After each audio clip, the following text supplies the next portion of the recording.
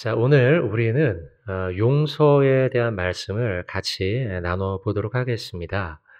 하나님의 나라와 우리가 살고 있는 현세의 나라 사이에 가장 큰 차이가, 갭이 벌어지는 것이 용서라는 주제가 아닌가 싶습니다. 하나님의 나라는 용서의 나라죠.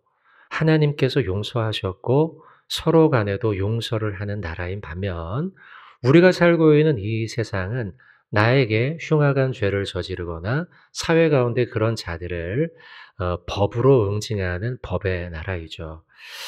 사실 이 세상의 잘못을 저지르는 사람들을 그냥 둘 수는 없어요. 질서의 문제가 있기 때문입니다. 그러나 또 또한 동시에 우리는 용서가 좋다는 것도 알아요. 하나님께서 원하시는다는 것도 알아요. 그러나 현실의 세계 속에 살면서 용서하는 것이 그리 쉬운 일은 아니다. 우리 마음에 생각의 동의는 될지언정 마음과 행동으로 이어지는 데는 상당한 어려움이 따른다. 저 사람 때문에 내 마음이 막 지옥 같아요. 너무 힘들고 불쾌해요. 그런데 그 사람을 용서해 준다? 너무나 어려운 일이라는 거죠. 자, 우리는 오늘 너는 용서하라 라는 제목인데요. 우리가 읽었던 4절의 말씀이죠. 7번 내게 돌아와 내가 회개하노라 하거든 너는 용서하라. 요 구절을 가져와서 설교의 제목도 너는 용서하라 라고 잡았습니다. 자, 용서에 대한 말씀 보면서 오늘 말씀 한 절 한 절씩 먼저 주의를 좀 하겠습니다. 누가복음 17장 1절로 2절의 말씀을 보시면 이 두 구절 속에 반복해서 2번 나오는 단어가 실족이라는 단어입니다. 예수께서 제자들에게 이르시되 실족하게 하는 것이 없을 수는 없으나 2절에도 이 작은 자 중에 하나를 실족하게 할진대 라고 말하면서 실족이라는 말을 2번 사용하고 있어요. 실족은 덫, 장애물, 부딪히는 돌 이런 걸로 번역을 할 수 있는데요. 거기에 걸려 넘어진다는 거죠. 누군가 잘못을 해요. 그래서 내가 거기에 덫이 되어 넘어지는 거예요. 나에게 나쁜 짓을 하거나 나의 감정을 건드려요. 나의 재산을 건드려요. 이런 일들로 내가 거기에 걸려 넘어지다. 누군가로 인해 실족한다는 것이죠. 예수님께서는 17장 1절의 말씀에 이렇게 말하세요. 실족하는 것이 없을 수는 없으나. 그러니까 실족하는 일은 다반사, 많이 발생한다는 거예요. 서로를 넘어뜨리는. 누군가에게 잘못을 저질러서 넘어지고 마는. 이거는요. 우리 인간이 누군가라는 걸 생각해 보면 인간론이죠. 성경 속의 인간론. 우리 인간이 어떤 존재입니까? 의인이 아니라 죄인이라 성경은 말하고 있죠. 죄된 속성을 가지고 있기 때문에 우리는 서로가 서로에게 걸려 넘어지게 하는 실족하게 하는 일이 없을 수는 없으나 이렇게 말씀하고 있죠. 2절의 말씀은 더욱더 강조를 합니다. 2절의 말씀 가운데 우리가 잘 아는 연자맷돌을 메고 빠져 죽는 게 낫다. 이런 말씀을 하고 있거든요. 여러분 어떠세요? 누군가를 실족하게 했어요. 내가요. 근데 예수님이 뭐라고 하냐? 그러면 너 차라리 연자맷돌 목에 메고 바다에 빠져 죽어라. 형벌이 좀 어떻습니까? 과합니까? 적습니까? 예. 감이 안 옵니까, 잘? 네. 아니, 누군가 좀 약간 실족하게 한 것 때문에 나보고, 그렇게 한 사람 보고 목에다 그 돌을 메고 죽으라고 하니까 얼마나 과한 형벌입니까? 자, 그래서 우리가 요걸 좀 해석을 좀 해봐야 돼요. 진짜 어떤 것이냐. 극단적 예시인데요. 던져지는 게 나으니라라고 해놨어요. 2절에요. 근데 나으니라라는 말은 영어로 it is better. 그게 더 낫다는 말이긴 하지만 원어상에는 어떤 의미가 있냐면 세금을 지불하다 이런 의미가 있어요. 세금을 내는 거죠. 여러분 세금 안 내고 버틸 자가 있습니까? 없죠. 이 말은 무조건 값을 치러야 된다는 거예요. 그래서 종합적으로 이 구절을 해석을 하면 누군가가 어떤 사람을 내가 누군가를 실족하게 만들었다면 나는 반드시 하나님 앞에 값을 치르게 되어 있다는 거예요. 그런 의미로 우리가 해석을 할 수 있어요. 특히 성경의 시대인 로마 시대에는 중대범죄자나 아니면은 반역자들에게는요, 익사형을 내렸습니다. 물에 빠져 죽게 하는 형. 그것들을 유대인들이 봐왔을 것이기 때문에 예수님께서 말씀하신 연자맷돌의 비유가 한 번에 확 와닿았을 거예요. 아, 이게 그만큼 큰 잘못이구나 라고요. 특별히 누가복음 17장 1절 상반절의 말씀을 보시면 대상이 누굽니까? 말씀하시는 대상 제자들에게 말씀하시죠. 성경을 찾지는 않지만 17장 앞에 있는 16장에 대상이 두 가지 대상이 나오는데요. 한 가지 대상은 부자들이었어요. 부자들과 예수님의 대화가 나오고 또 다른 대상은 바리새인들이었어요. 제자들은 영적 지도자죠. 그리고 부자들은 경제적 지도자들이죠.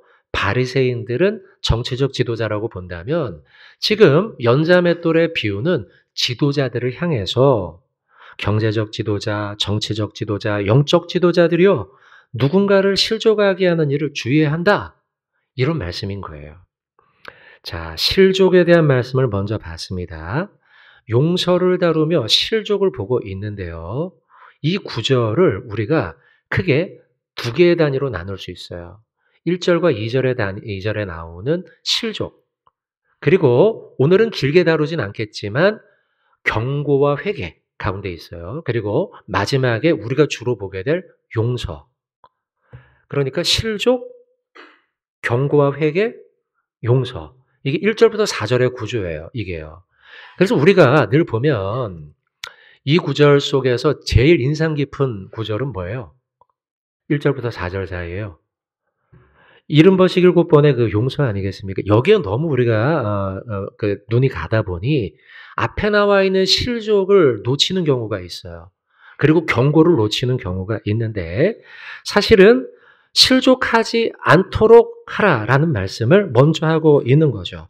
실족과 용서가 짝을 이뤄요. 자, 17장 3절과 4절을 보시면 용서의 말씀이 나오는데요. 너희는 스스로 조심해라. 만일 형제가 죄를 범하거든 경고 나오죠.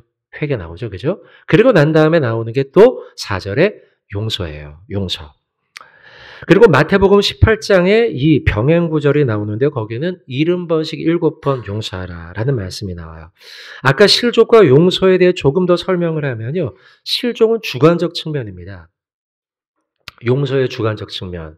그래서 실족은요. 누군가를 실족해 해요.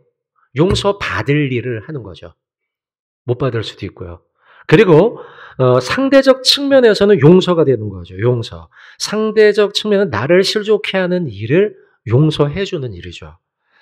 그리고 난 다음에 경고합니다. 누군가 실족하게 했으면 개인이든 공동체든요. 그러면 그 사람에게 경고하라는 거예요.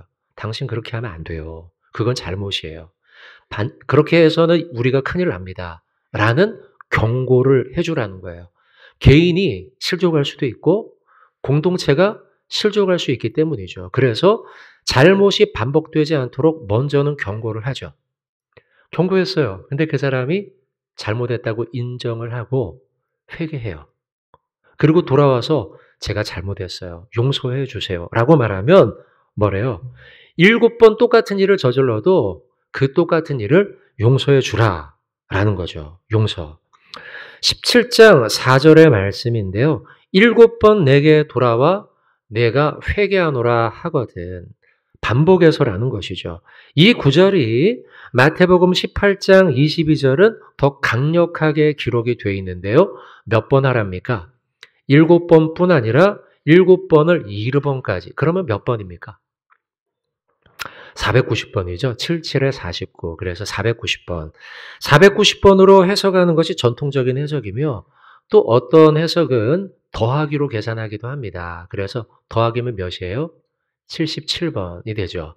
그래 NIV 성경 같은 경우에는 이걸 77번으로 번역했어요. 그래서 77 times 이렇게 해놨어요. 그러나 여러분 77번이든 490번이든 70번씩 7번이든 무엇이든 의미는 같습니다. 어떻게 용서라는 거예요? 반복적으로, 무한히, 계속 용서라는 거죠. 숫자 7은 유대인들에게서 완전수죠.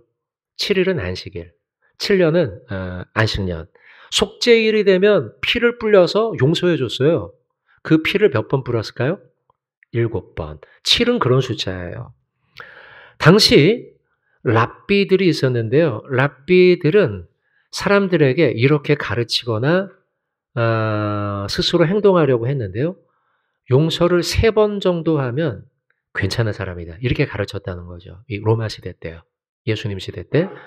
3번 용서해도 그 정도면 괜찮은 사람. 괜찮죠? 그 정도면요. 괜찮습니다. 근데 베드로는 지금 예수님께 찾아와서 몇 번 용서해야 된대요?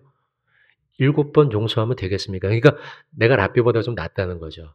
예수님한테 약간 어깨에 힘주면서 얘기했겠죠. 예수님, 저 사람들은 3번인데 7번쯤 용서하면 될까요? 이렇게 한 거죠. 근데 예수님은 뭐래요?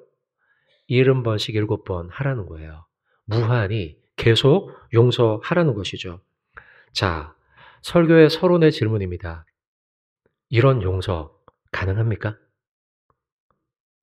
쉽습니까? 어렵죠. 고개가 이렇게 되는 게 저절로 되지 않습니까? 3번, 이것도 쉽지 않아요. 베드로처럼 7번, 어려워요. 70번씩 7번, 이거 어려운 일이에요.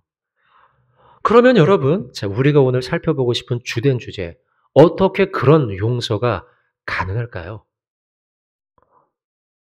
군자, 막 도덕적인 사람, 성인군자 되면 가능할까요? 그게 근거일까요? 아니죠. 성경적 근거를 찾아봐야겠죠. 저는 성경 속의 내용을 보면서 또 복음서에 나타나 있는 예수님의 비유의 말씀들과 성경 전반에 흐르고 있는 용서의 가치들을 볼 때 저는 답을 이렇게 찾았습니다. 용서하기 위해서 그 근거가 무엇이냐? 용서받는 법을 배우라. 용서받는 것을 제대로 알아야 돼요.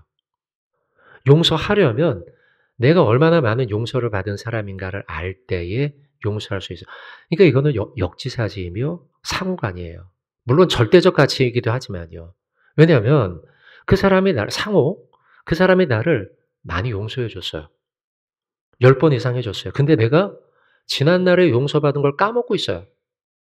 1년 전에 해준 거, 5년 전에 해준 거, 한 달 전에 해준 거 다 까먹고 있어요.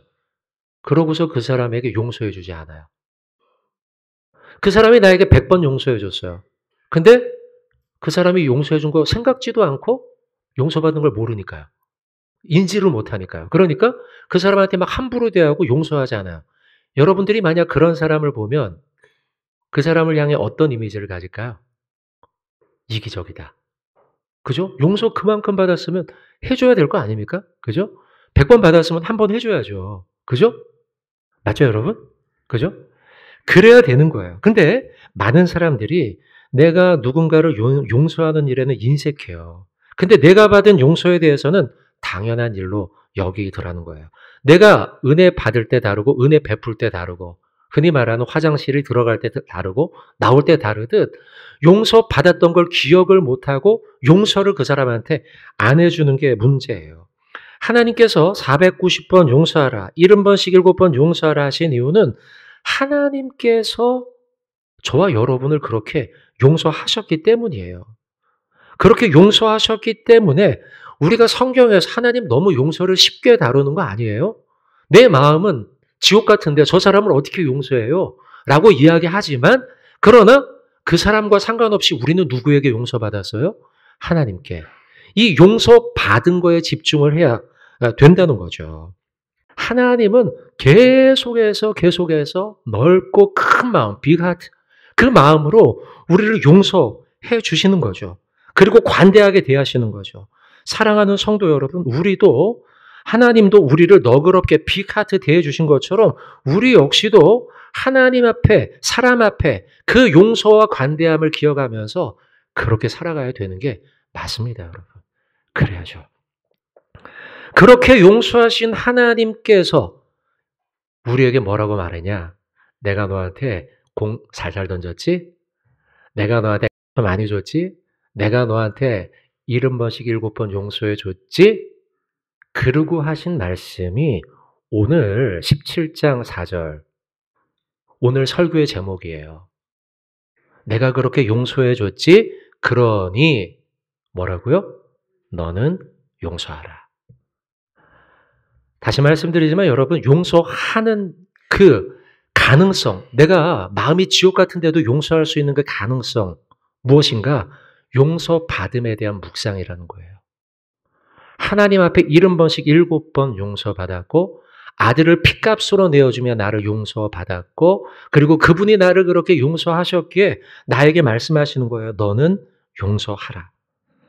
속 좁은 나, 그거 하나 져주지 못하는 신경전, 자존심, 그런 내가 주님 앞에 용서받았으니 나도 그를 용서하라.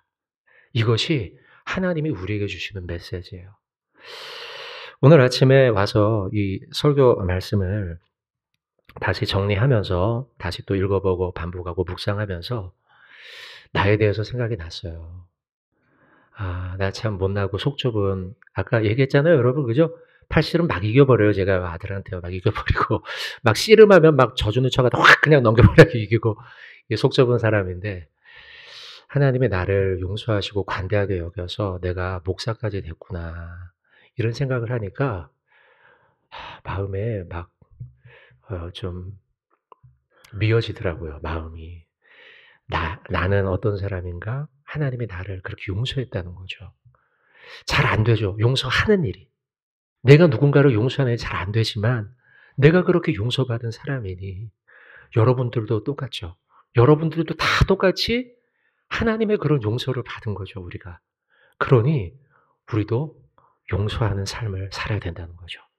바라기는요, 저와 여러분 그렇게 용서함으로 넓은 마음으로 빅하트, 큰 마음으로 누군가를 용서하면서 살아가는 너그러운 성도 되시길 주님의 이름으로 부탁드립니다. 한번 따라합시다. 하나님처럼 넓은 마음으로, 자, 옆 사람에게 한번 얘기하세요. 너 그렇게 돼야겠습니다. 나 자신에게도 한번 얘기하세요. 용서하며 살겠습니다. 그렇게 결심합시다. 자, 말씀을 좀 맺습니다. 말씀을 좀 맺으면서요. 조금 이렇게 결론 내고 싶습니다. 용서, 사실은 요 주제까지는 깊이 다루지는 않지만 여러분, 용서의 효과예요. 결론을 요 효과 짧게 말씀을 좀 드립니다. 용서의 효과는요, 상대에게 있는 것보다 내게 오는 효과가 더 커요. 그 사람은 용서받아서 좋아요. 물론 그래요. 그러나 사실 용서함으로 유익은 내게 더 커요. 그 사람으로 인해 내 마음에 있었던 분노, 그 쓴뿌리, 막 내 삶을 얽어매고 있거든요. 그 쓴뿌리가 내 삶의 그 토양, 흙 속으로 깊이 내려와서요, 분노가 치밀고 화가 치밀고 이게 내 삶의 일반이 돼요. 그 쓴뿌리가 용서함으로 인해서 녹아지는 거죠. 나도 용서받은 것처럼 그 사람을 용서해야지. 이 마음으로 살아갈 때에 내 안에 있던 쓴뿌리들이 제거되는 거예요. 결혼한 지 얼마 안 된 부부가 있었어요. 하루는 아내가 옆집에 놀러 갔어요. 근데 그 이웃집에 화장대에 너무 예쁜 반지가 있었던 거예요. 진주 반지가. 근데 이분이 도벽이 약간 있어요. 이 아내분이. 어머라 이뻐라. 그러고서는 유혹을 못 이기고 반지를 주머니에 넣은 거예요. 잃어버린 걸 몰랐습니다. 집주인은요. 다음날 아침이 돼서 보니 반지를 끼려고 하니까 그 반지가 없는 거죠. 이웃집 아줌마가 아무리 생각해봐도 우리 집에 왔던 사람은 어제 그 아내, 옆집 아내, 그 사람밖에 없어요. 그러니 그 범인이라고 생각하고 아주머니가 아내에게 찾아와서 반지 도둑으로 몰아갔습니다. 아내는 발뺌했겠죠. 저 아닌데요. 아닌데요. 근데 아무리 생각해도 그 여자밖에 없어요. 아내밖에. 경찰까지 불렀습니다. 경찰을 부르니까 막 경찰차가 그 집 앞에 있고 막 사이렌이 막 돌아가잖아요. 동네 사람들이 다 온 거예요. 낮에. 동네 사람들이 다 오니까 막 소리 지르는 거죠. 저 여자가 우리 집에 어제 와가지고는 반지 훔쳐갔다가 지금 발뺌하고 있다고 소리를 지르니까 그 아내가 얼마나 창피합니까? 그리고 동네 사람들이 찌쯧찌쯧 하면서 막 그러는 것이죠. 근데 마침 그때 퇴근 시간이 되어서 남편이 온 거예요. 그 광경을 보면서 사람들에게 남편이 소리쳤습니다. 여보시오, 제 아내는 결코 그럴 사람이 아닙니다. 이렇게 얘기를 한 거죠. 왜 나의 아내한테 누명을 씌우는 겁니까? 돌아가세요.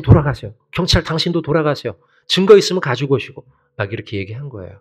그래서 단호하게 소리를 지르자 경찰도 가고 아주머니도 가고 동네 사람도 돌아가고.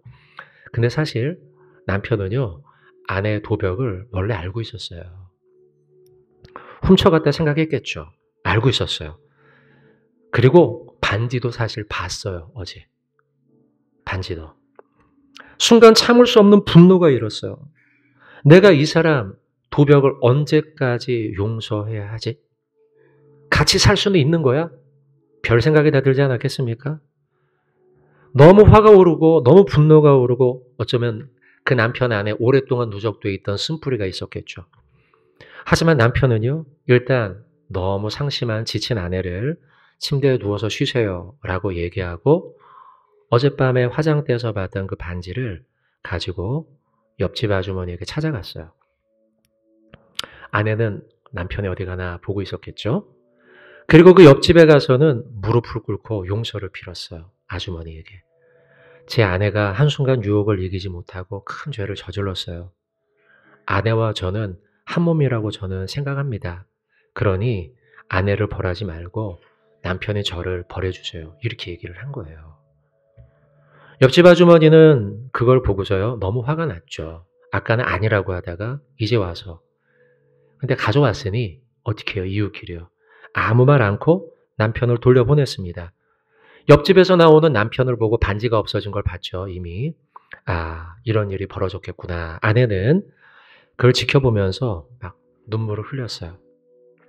나 대신 창피를 당했구나. 나를 용서해주고 저 남편이. 남편의 강한 믿음과 사랑, 용서의 감동을 받은 아내는요, 다음날 아침이 돼서 아주머니를 찾아갔습니다. 그리고 다시 깊이 진심으로 사죄했어요. 그러자 아주머니가요, 하루가 지났잖아요. 아주머니도 마음을 정리했겠죠, 그 사이에요. 아내의 손을 잡으면서 이렇게 말했대요. 세댁, 나는 세댁이 부럽구만. 이렇게 얘기되는 거예요. 좋은 남편도 있잖아요. 용서해준. 남편의 진실한 용서, 사랑이 그 옆집 아주머니의 용서하는 마음으로 번졌죠. 그리고 그 아내 역시도 잘못을 인정하고 회개하고 용서해달라고 했죠. 그러고 보면 여러분, 사랑은 사랑을 낳고요. 용서는 용서를 낳아요. 용서할 때 나도 용서받는 거예요. 용서받고 누군가를 용서해 줘야 되는 거예요. 용서는 내 것을 내주는 것이지만 동시에 이처럼 또 다른 용서를 낳음으로써 내게 유익이 있어요. 사랑하는 성도 여러분, 성도는 어떤 존재입니까? 교회는 어떤 곳입니까? 개혁주의 교회가 이야기하는 교회로는 무엇이며 성도의 관은 무엇입니까? 핵심은요, 용서 공동체라는 거예요. 용서 존재라는 거예요. 내가 어떻게 성도가 됐습니까? 내 의로? 내 율법으로? 아니잖아요, 여러분. 예수님의 십자가 때문 아닙니까? 맞죠? 그 십자가가 뭐예요? 내 모든 죄를 용서했다는 거죠. 70번씩 7번. 야구공을 천천히 던지면서 식당에서 관대한 마음으로 빅 하트, 깐초를 나눠주면서 내게 준 수많은 깐초, 내게 준 수많은 느린 공들, 내게 준 수많은 빅 하트, 이것들이 성도가 되게 한 거예요. 그거 없었으면 여러분, 우리는 하나님의 자녀가 될 수 없어요. 우리가 구원받은 것은 전적으로 주님의 의로우심 때문이지 나의 행위가 아니에요. 다시 말하면 용서받음 때문에 하나님의 자녀가 되었고 저 하나님 나라의 백성이 된 거예요. 우리가 이것을 잊지 맙시다. 뻔뻔해지지 말자는 거죠. 70번씩 7번 하나님이 나에게 용서했다면 나도 그 중에 하나 꺼내서 그를 용서하는 게 마땅하다는 거예요. 복수하면 내 마음이 더 지옥으로 간다는 사실을 알면서 나도 역시 내 마음 안에 하나님이 담아주신 히즈 스토리, 용서의 스토리, 그 가운데 하나를 꺼내서 누군가에게 용서를 나누어주고 베풀어주는 저와 여러분 되길 주님의 이름으로 부탁드립니다.